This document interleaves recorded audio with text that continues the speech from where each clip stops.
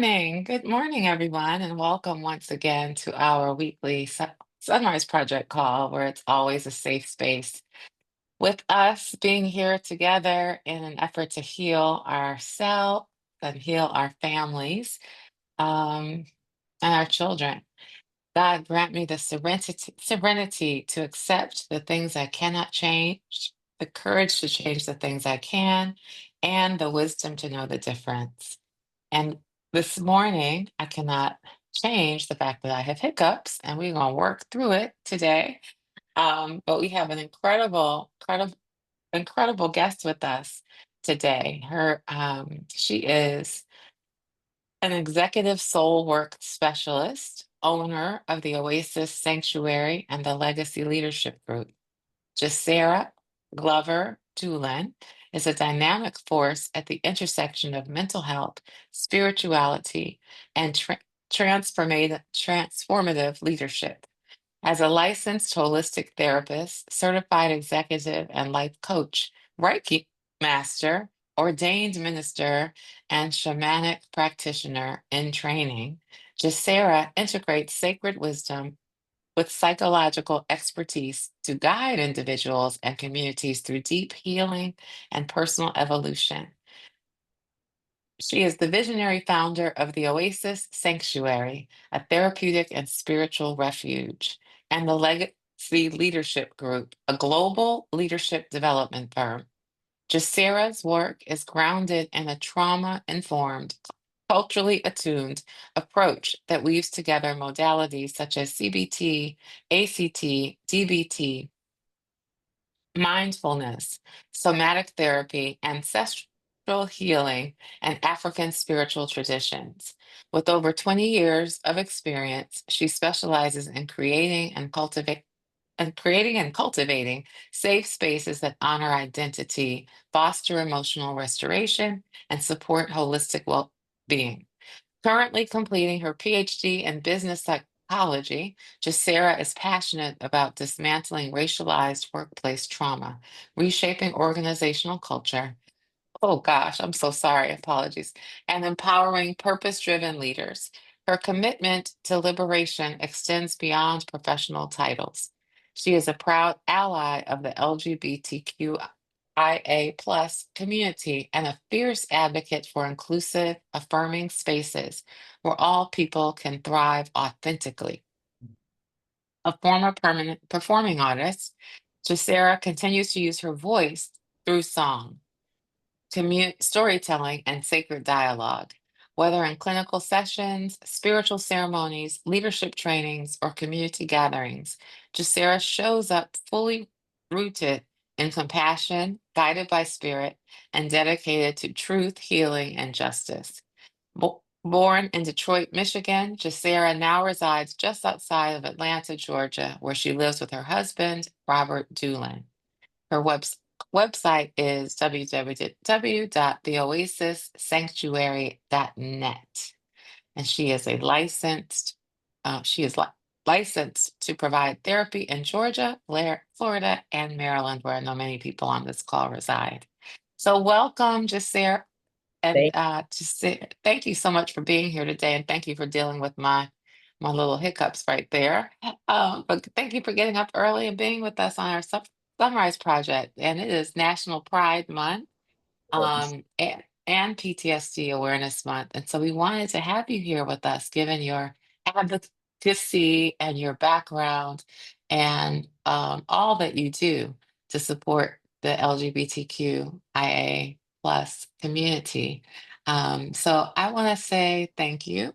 And I want to open up with our first question, which is around why is it important to explore one's whole self as it relates to identity? Because we're really talking about identity this morning. Yes, at the end of the day, that's what we're talking about. And first, I just want to say thank you, Kelly, for this invite and for this opportunity.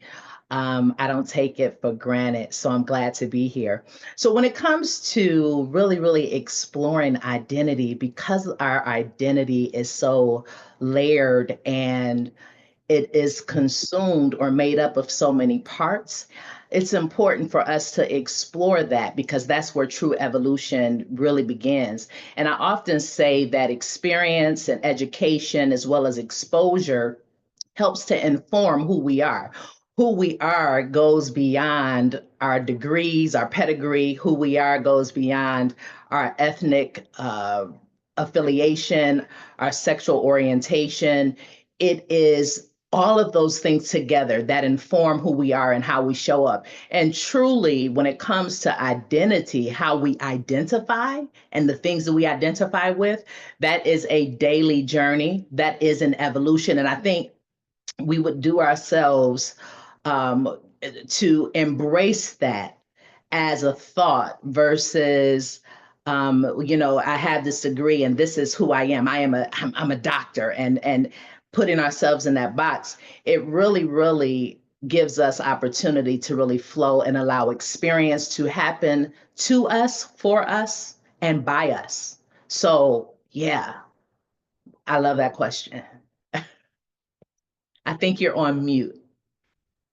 Thank you. I'm having all kinds of issues. I was trying to hide from the hiccups, hide the people from the hiccups.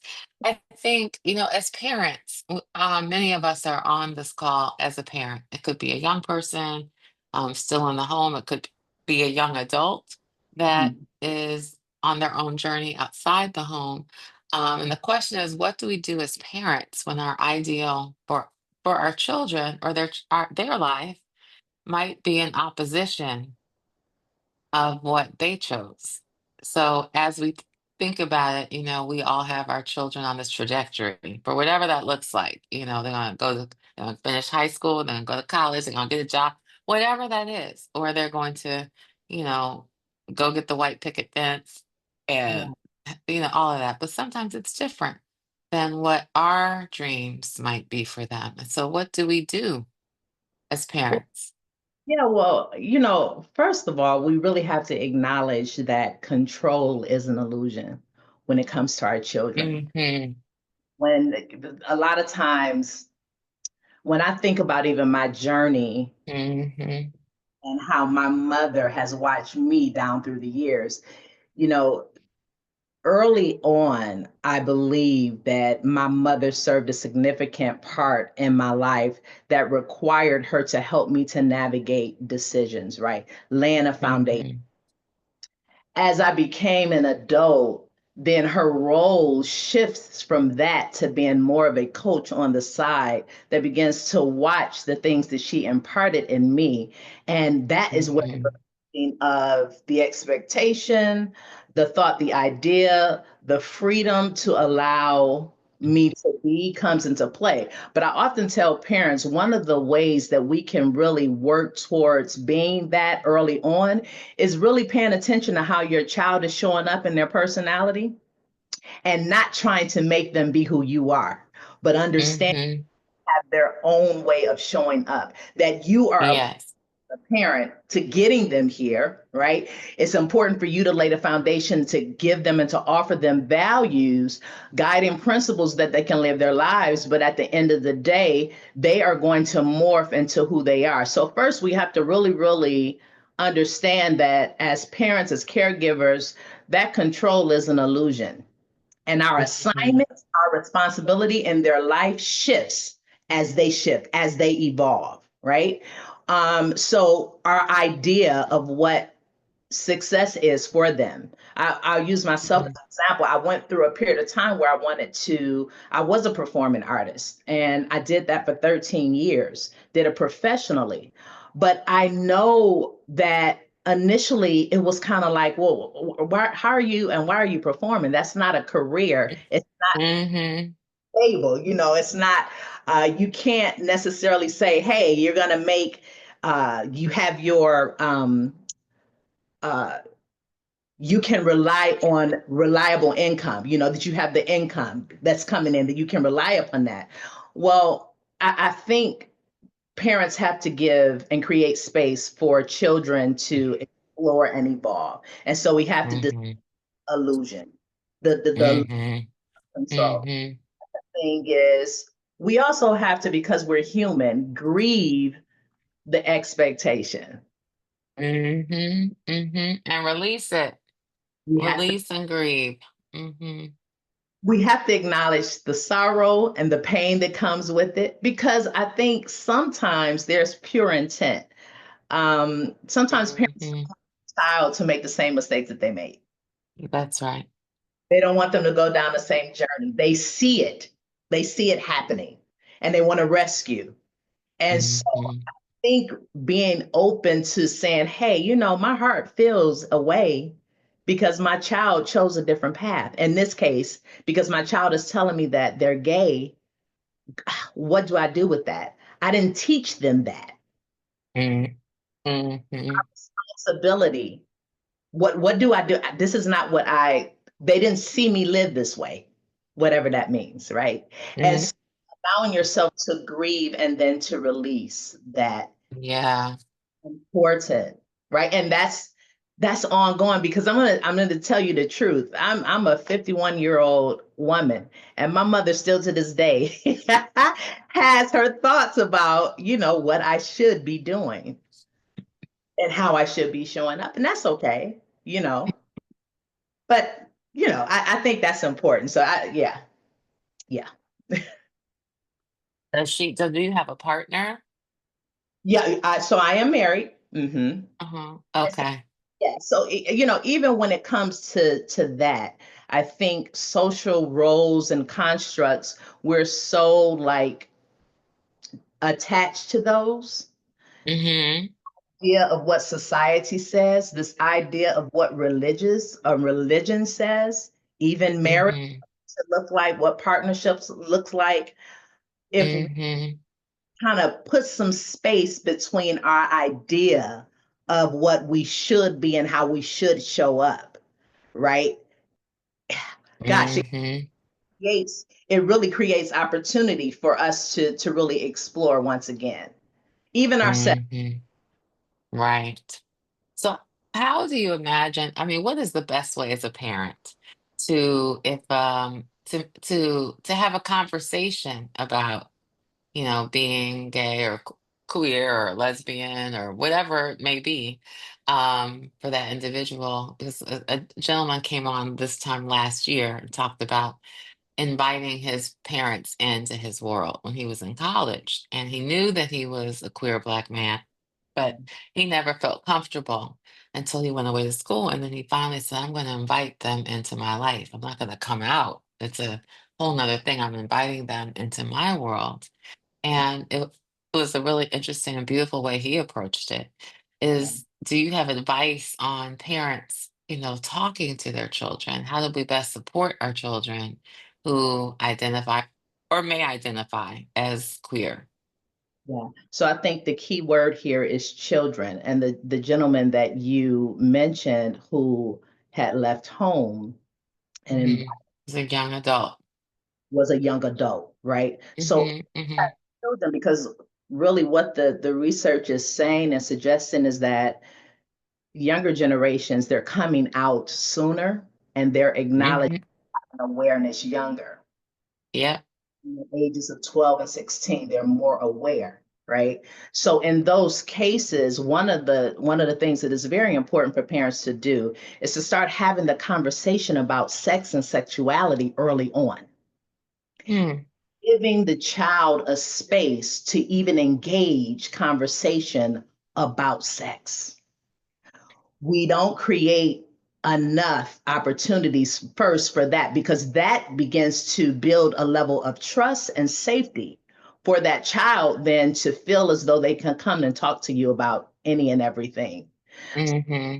Must first create a space and an environment where the child knows that they're loved, but also where constant conversation and dialogue is taking place. No assumptions, Hmm. Hmm. you know, no fear, understanding that children are children, and during the childhood years, there is a period of exploration, right? That's very important for the parents to understand. And so when you have these conversations must, absolutely must start off with love, but also the child must know that they are comfortable enough to come and talk, and the parent has to initiate when it comes to the children. Yes, yeah. You're you're muted, I think, Yeah, again. there I am again. There it is. So what does a conversation, opening line conversation look like from a parent to a young adult to open up that space? Can you give us an example? Like how to Yeah. do that? Yes, sure. So just Sarah, and I'm going to give myself. So that this is so good because this is how my father, who's deceased, but this is how he approached me in the conversation about sex. Okay, so it's just Sarah. Hey, you're becoming of age where I know that you're gonna start liking boys, and I want you to be able to talk to me about it.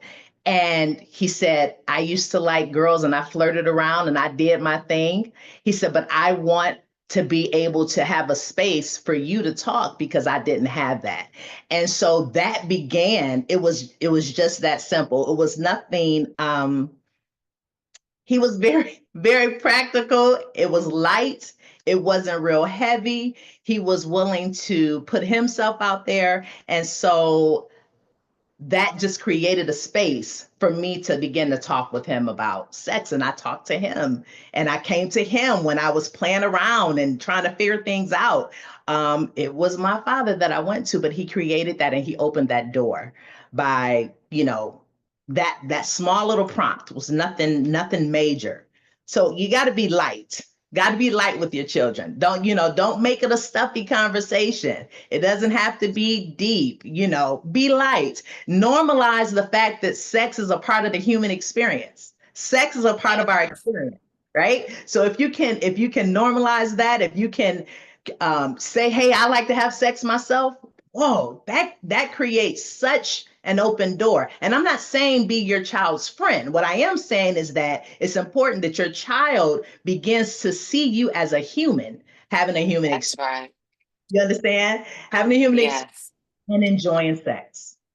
Wow. That's a paradigm shift. It did not happen in my family, for sure, growing up. And I don't believe it happened with growing up by my two young adult children. Yeah, yeah. No, no, we did not have that conversation. Yeah, yeah. He was definitely he approached parenting different. And I think that, and one of the things in the Black community, and this might ruffle some feathers a little bit, but Hmm. sometimes we're married to being the authority as Hmm.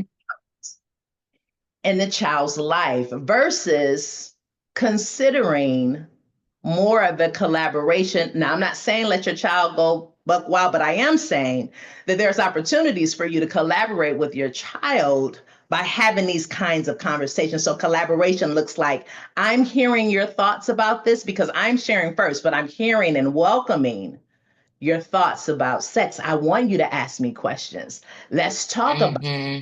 I want you to come Hmm. when you are thinking about having sex. I want to provide the resources, right? And you have to step down then from the ego and Hmm. authority role and say, hey, I'm a person and I want to collaborate with my child about this. I hope. Hmm. That's awesome. That's really good. I think it's fantastic.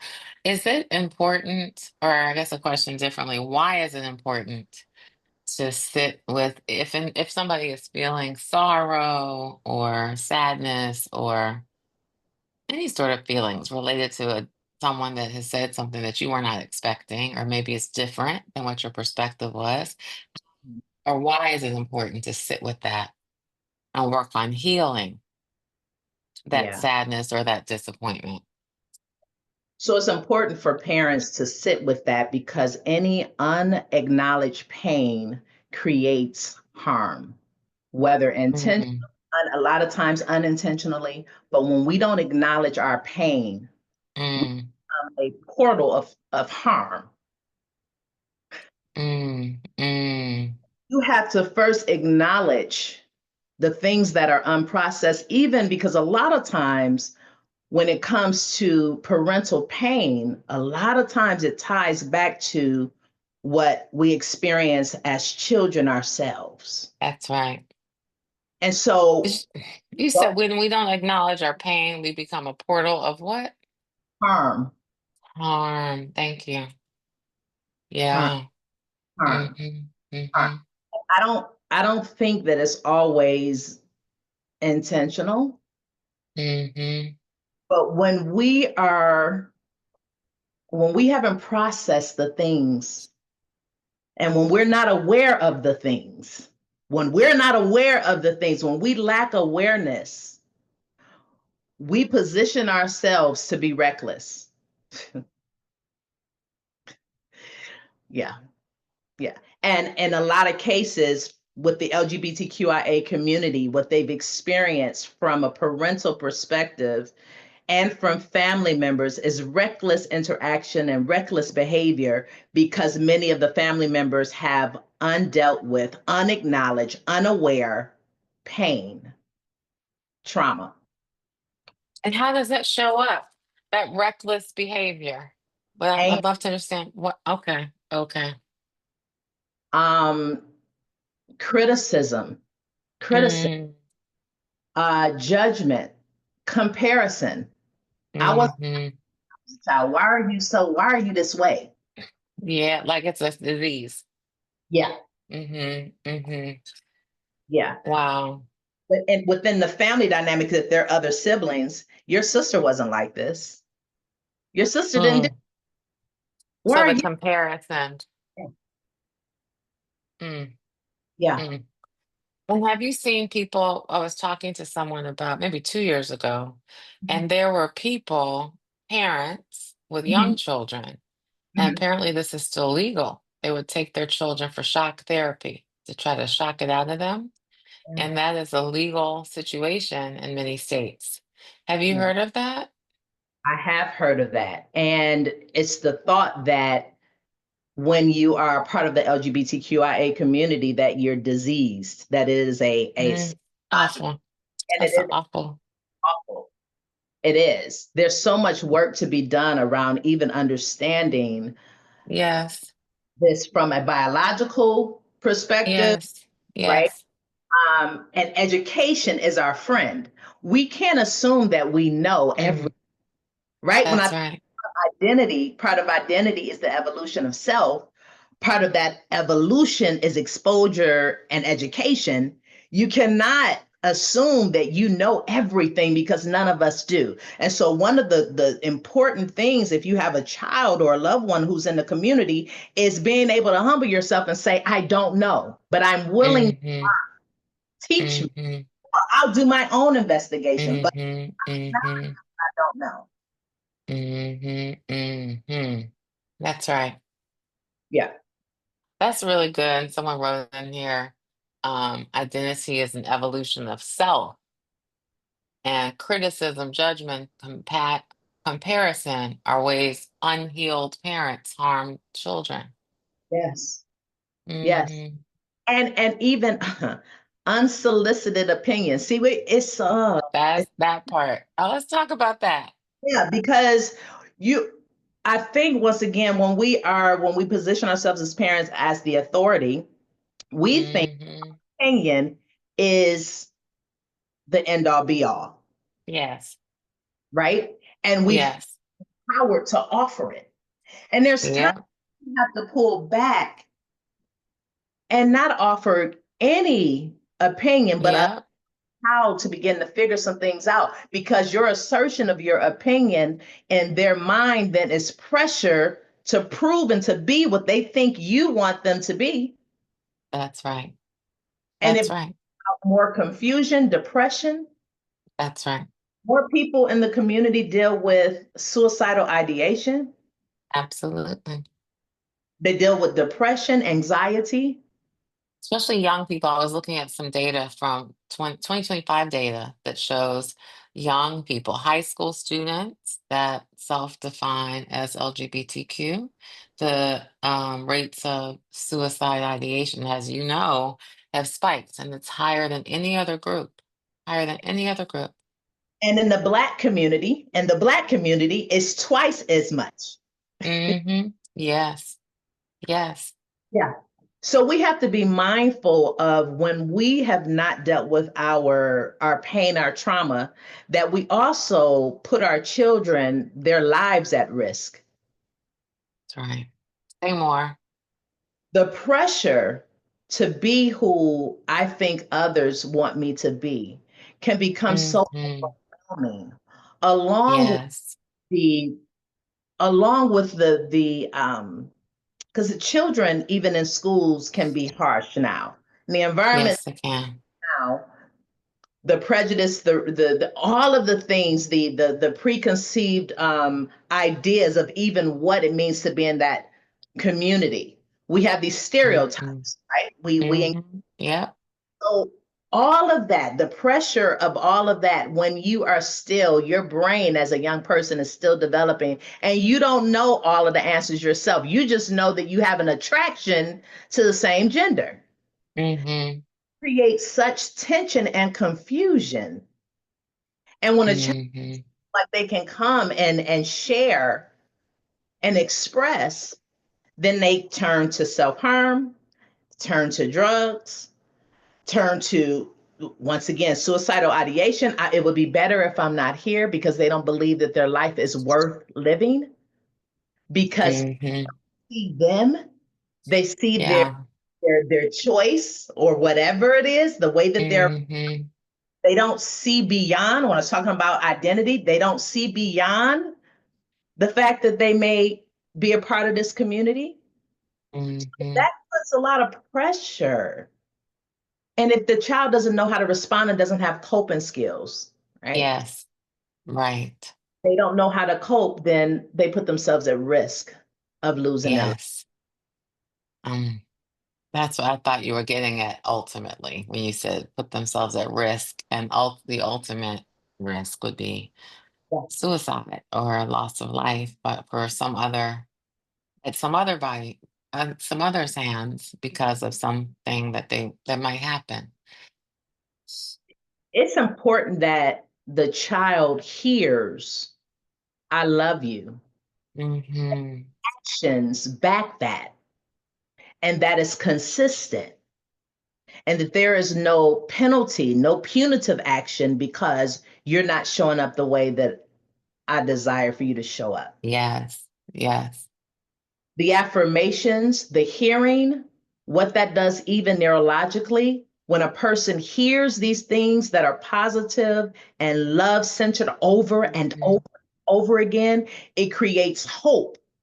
Neurologically, Yes. it creates a new neural pathway for this child to see their lives, them being gay and Hmm. successful and living Hmm. life Hmm. and even Yes. and being all of the things, right? Yeah, Yes. I love that. I yeah. love that. Just is it I've heard gay and I've heard queer, and young people seem to say queer is most appropriate, but in our generation, or maybe my generation because I'm older than you, I queer was not looked at as a positive word back then. But today it is viewed as more of a universal space, correct? Queer. That is Okay. correct. Okay. Okay. Evolving. So that's the thing. That's the reason why the asking questions and being willing to learn is important, because as the people in that community are getting more comfortable and getting more clear about who they are and how they want to show up in the world, we have to honor and respect that. Whether or not Yeah, like the pronouns or whether or not we understand it, it's not about that. It's about the radical acceptance of someone's choice to be. that's right. The radical acceptance of someone's choice To be. to be. Yeah, no matter what that is. No matter what it is. I Mhm. radically accept that their life, Mhm. not mine, but guess what? I choose to love them. I choose to embrace them. And I choose Yeah, not to sit in a seat of judgment and criticism. I choose to engage them with this awareness, right? With this awareness. right. This is something Yes. that I've walked through firsthand with a loved one who's navigated their sexuality for years. And I'll never Mhm. 2014, God began to deal with me about changing Mm, how I saw mm-hmm. and not seeing their quote unquote, because at this time I was calling it a struggle, right? Not Ah, struggle as something that was bad. And right. Oh, deal with me about that. And that's mm, became more aware. That's when I became mm-hmm. an ally because I began to see them as a person and this being a part of Mm-hmm. a personal journey. Yes. At the Yeah, end of the day, everybody's they're people. We are people, we are people. regardless of your what you choose to do with your partner, whoever that is.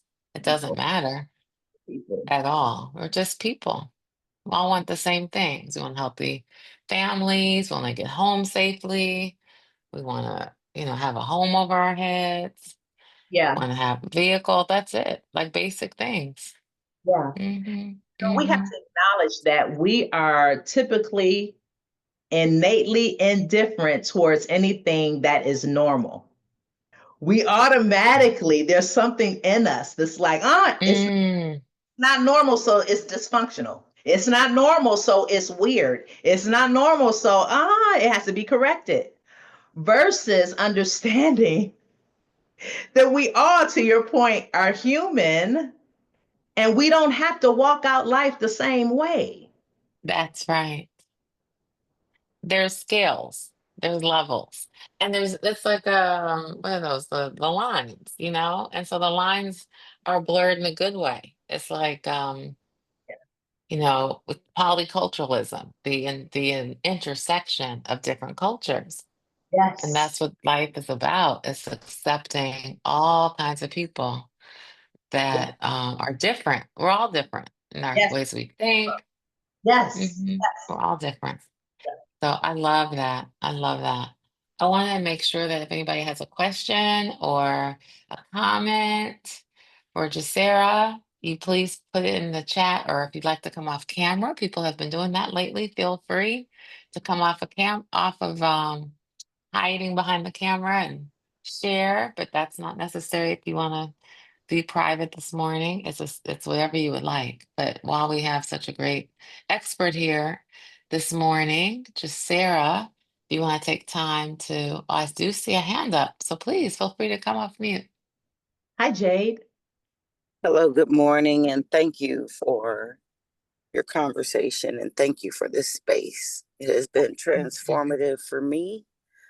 Today is my 26th anniversary of where I'm in divorce with my husband. And in your conversation, I can see, advocate, and support helping people be who they are and what they choose. And it helped me see that he's human Mm, and he chose this. mhm. So, what do you do when their choices are so painful and destructive for you? First, I want to thank you so much, Jade, for sharing that. And I acknowledge the strength and the courage. And I want to say this that a huge part of navigating that is knowing that it is not your fault and separating the decision and the choice from who you are. And that takes time, right? But I want to affirm that in this moment, his choice isn't a reflection of who you are. It has nothing to do with you, but you also have to do exactly what you're doing now, where you have to deal with that pain, sit with it for a little bit, allow yourself to feel it, while at the same time working through understanding that his choice is not your fault. I struggle with the not your fault part in part.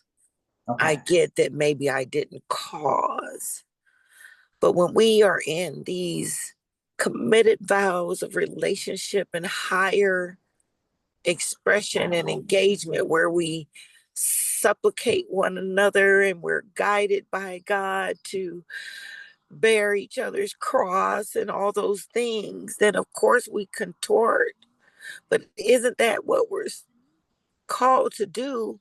Even in this compassion, we're saying we have, like, this compassion helps us understand someone and give them grace. So then it's like, well, did I not get the grace enough to be in that space for them when I promised to be that? So how can I say it wasn't my fault or failure? Because the time that you were there and committed, you were present and you did your part.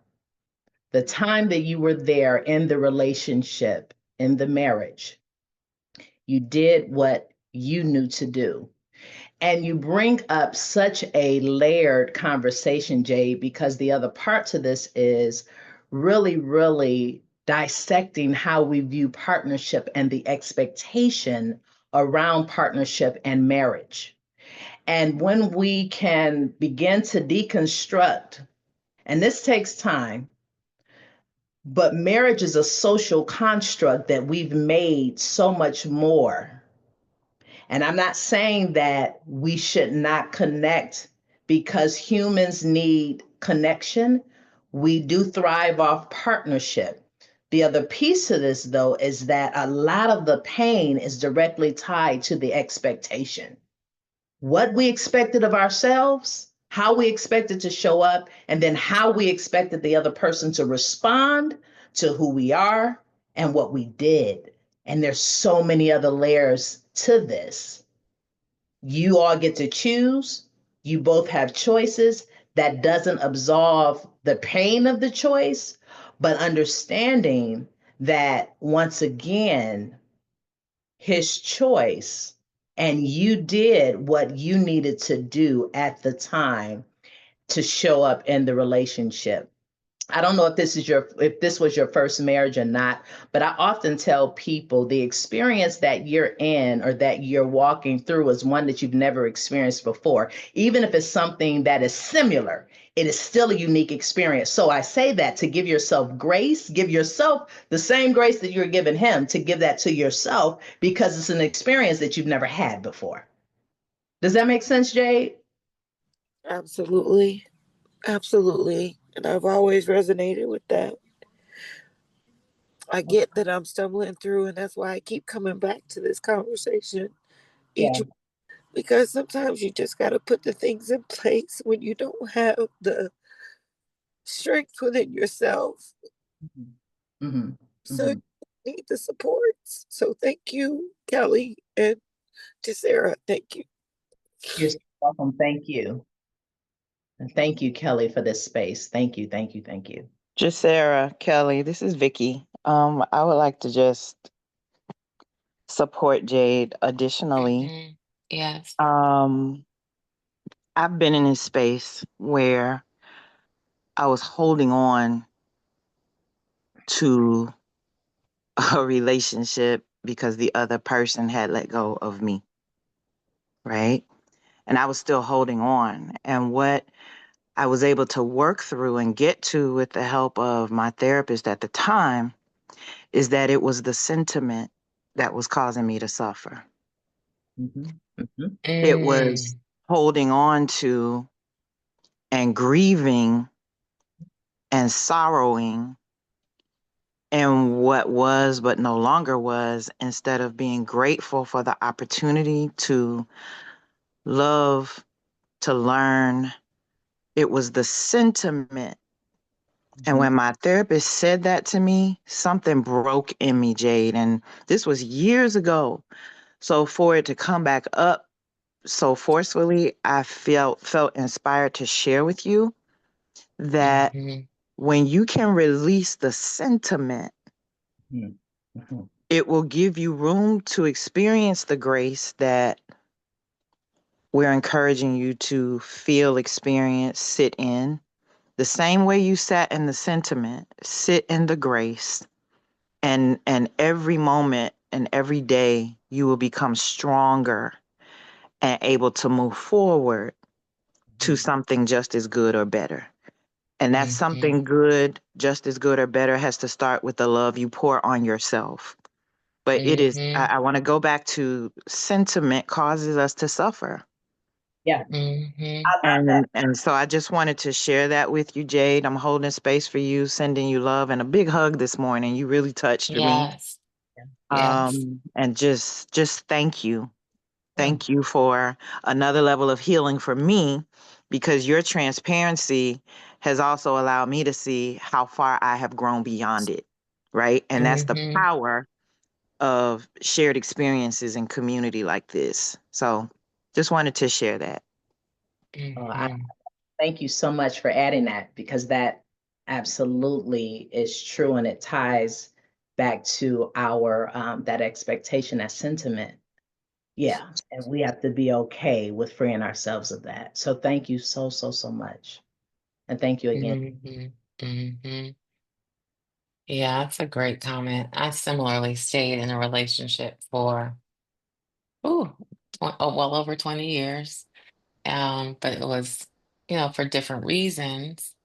But it took a lot of time. Dr. Vic and I've talked about how when it was finally over, it was, people are like, you don't seem sad. You're not really grieving so terribly.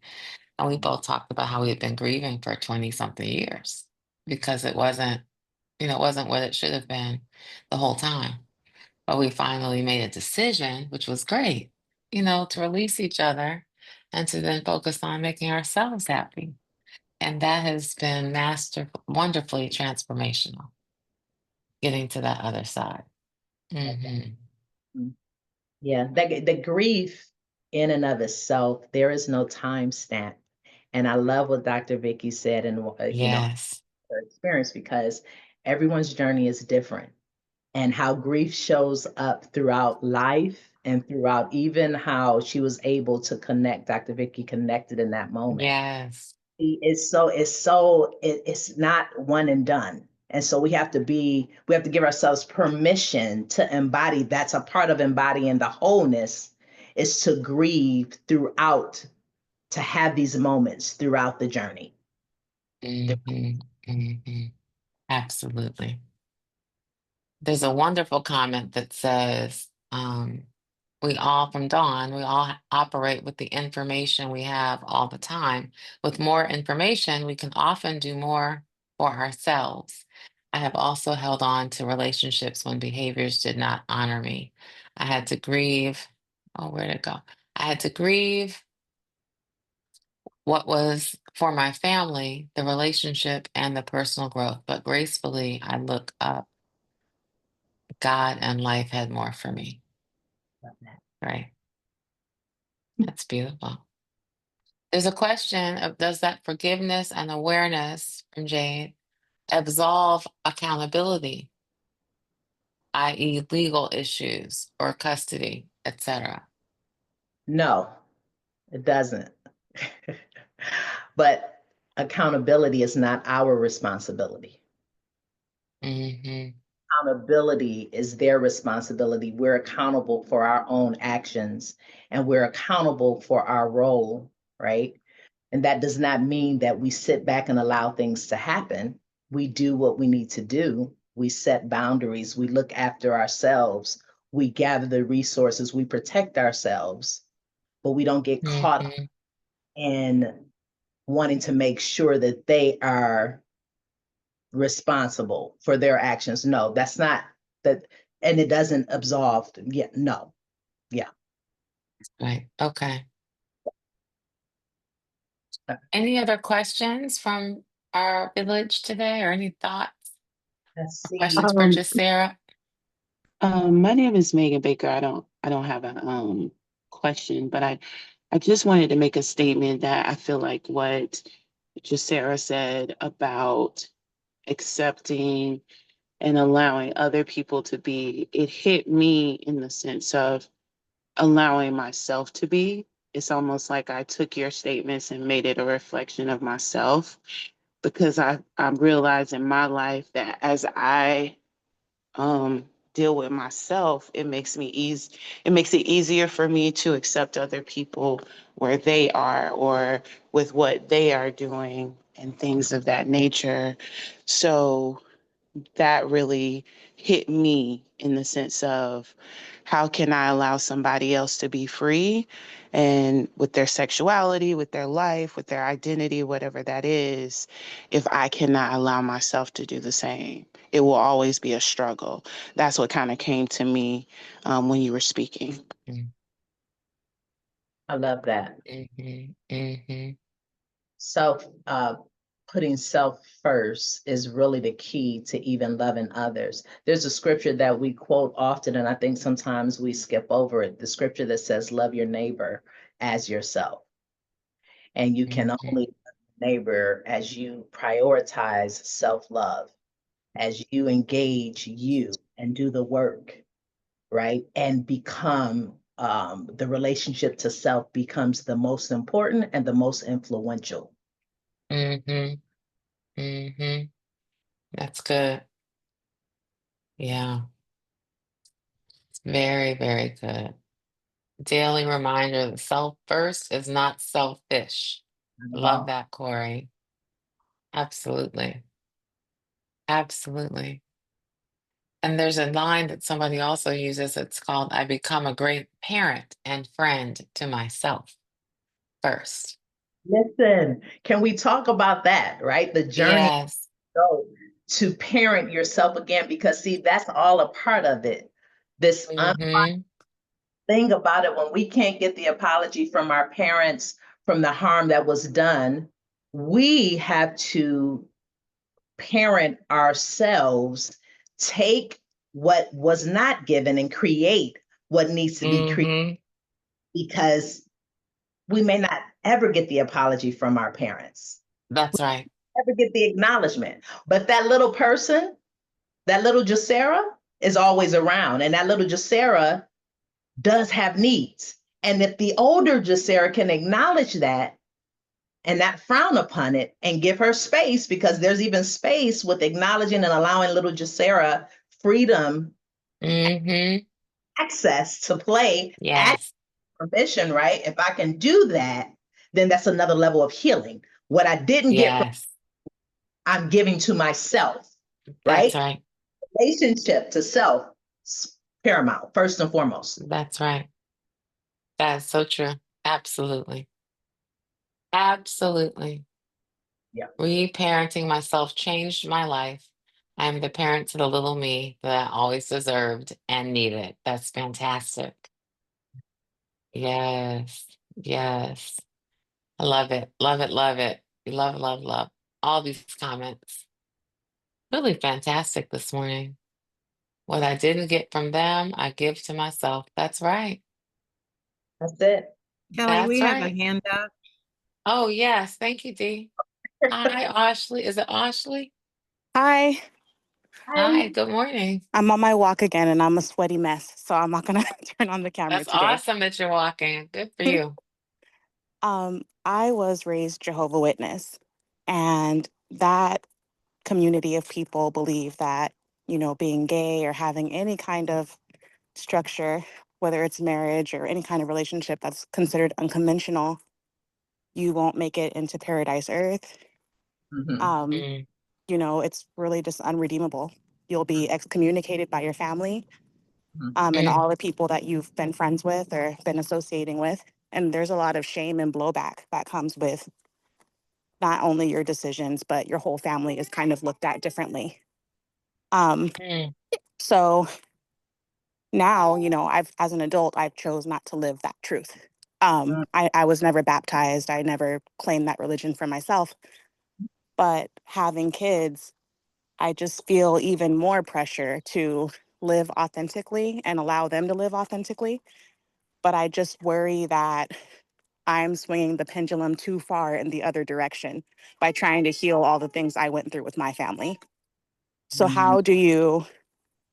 how do you balance, find a healthy balance between not being too conservative and allowing them to just figure out who they are? Yeah, so I think you actually answered your own question. to be completely honest, it's the authenticity. Mhm. You can't swing to the right or to the left if you're being authentic, because being authentic is being aligned. I think the piece to this is really giving your children space to explore their core values. You give them a foundation, right? That they start off with. And then later in life, as they're growing and expanding and understanding self, they get to choose some of those values that they hold true, and some values that don't align with them. That is authenticity. And in that, you can Mhm. and swing to the right or to the left, because what is for you, you're aligned and you stay aware. And if you can model Mhm. in that way, what I hear speaking, or what I hear coming up, is that religious dogma that tells you that life is this or that. The truth of the matter is life exists in the gray. That's really where we really learn how to thrive. These polarities, that we kind of try to be up and show up in, are so frustrating and distressing that it keeps us from really being present. It keeps us from exploration. It keeps us from authenticity. Once again, that is alignment. So Mhm. if you have to worry about that, I think the barometer here is asking yourself, do my actions, and teaching your children, Mhm. actions aligning with their core values? Mhm. If it's not, then I need to not do that. And then you model that before them. Does that? Mhm. It makes sense. It makes a lot of sense. I think I have that in the bag when we're alone. Like when it's our nuclear family here at home, everything's fine. But I get almost like a sense of hypervigilance when we do go visit grandma and grandpa, or they're around uncles, cousins, because I'm back in that space and I'm not raising my kids that same way. Yeah. Yeah. So I'm almost aggressive. Mhm. Ah, I see. Aggressive, Mhm.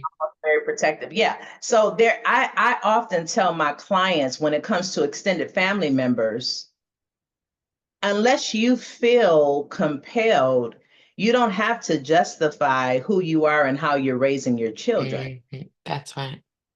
right? We feel the pressure a lot of times in the Black community to justify why we're doing what we are doing. But I want to encourage you, sis, to give yourself permission not to be that. You don't have to, you don't owe them an explanation. That's your, Mhm. and if you want to teach your children to respect their elders and the opinions that they have, you can also teach them that, hey, this is their opinion, and that's not something to Mhm. go by in this family. But you can teach them absolutely to honor what it is. I honor my mother's decisions all the time. And so some things I don't do in her presence out of respect, not because I'm weak, not because I got to prove who I am now, Mhm. Mhm. that a part of my alignment is respect and confidence enough that I don't have to prove to her anything. Mhm. I love Mhm. it. I love it. Oh, you love, Yeah. okay. They're so quick to blame, any kind of disagreement immediately is equated to disrespect. Yeah, So it yeah, almost feels like you can't win for losing sometimes. yeah, But I want my kids to have as many relationships as possible with their extended family because I need help outside of me. yeah. But it just Mhm. has to be healthy as well. So thank you for That's your right. advice. Thank you. And can I offer something else too? The family is Yes. not your biological family. That you give yourself permission to create a tribe for those children, that they become, these other people become like family. Mhm. Times, yes, having biological family, that's amazing. I'm big. I love my sisters. I'm big. My family, I love them. And at the same time, I understand that because some of my decisions may not align with how I was taught, I need the reinforcement. And I get to decide what that tribe Mhm. that can also undergird me, because likely Mhm. self. Does that make sense? Yes. I have no Yes. family Yep. to lean from and draw from. I love that. Thank you. Thank you very much. You're very welcome. That was awesome. Just Sarah, we could Yeah. talk another hour and it's already 10:01. I don't know where the time went, but you are phenomenal. Thank you for all of your wisdom this morning and sharing and giving us great advice on how we can do better with ourselves and with our loved ones, whether they're adult children or younger children or just people. So thank you for being here.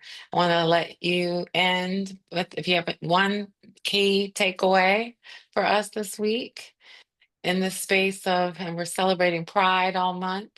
You could share one nugget, one or two nuggets before we break today.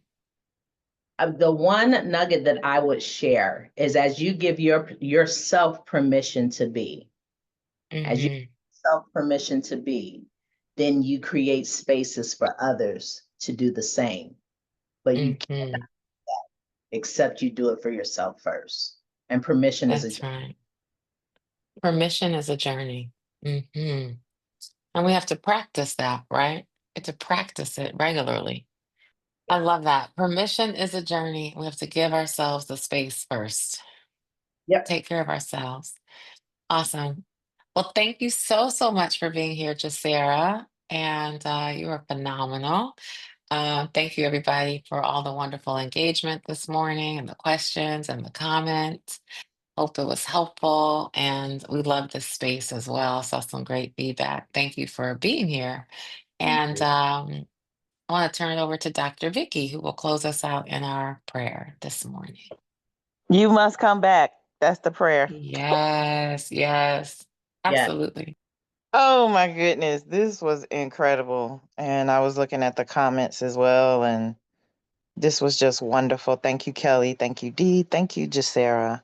And thank you, God. And I will just close by, saying today, and so it is, all the things that have been declared, the new insight, the new wisdom, the new information, permission to be, permission to reparent, permission to evolve and explore. We thank you for the recognition of our humanity, of the differences that is each of us, yet the sameness, the unity. Thank you for this special place, this community, this safe and sacred space where we can pour out our hearts and receive salve and a balm of healing for our broken places. We give you glory for this vision. We give you glory for Jesaira. Continue to make her an oasis for others and bless her the way she has blessed us 1,000-fold. God, we give you thanks today. In your name we pray. Amen. Amen. Dr. Vicky, you're always so amazing. Thank you for that. Thank you, everyone, for being here. And Jesaira, especially, thank you for your beautiful and brilliant words this morning. So everybody have a wonderful day. We will be back next week, 9 a.m. Eastern, with the SonRise Project and this wonderful safe space. Have a beautiful, productive day, everyone. Thank you so much.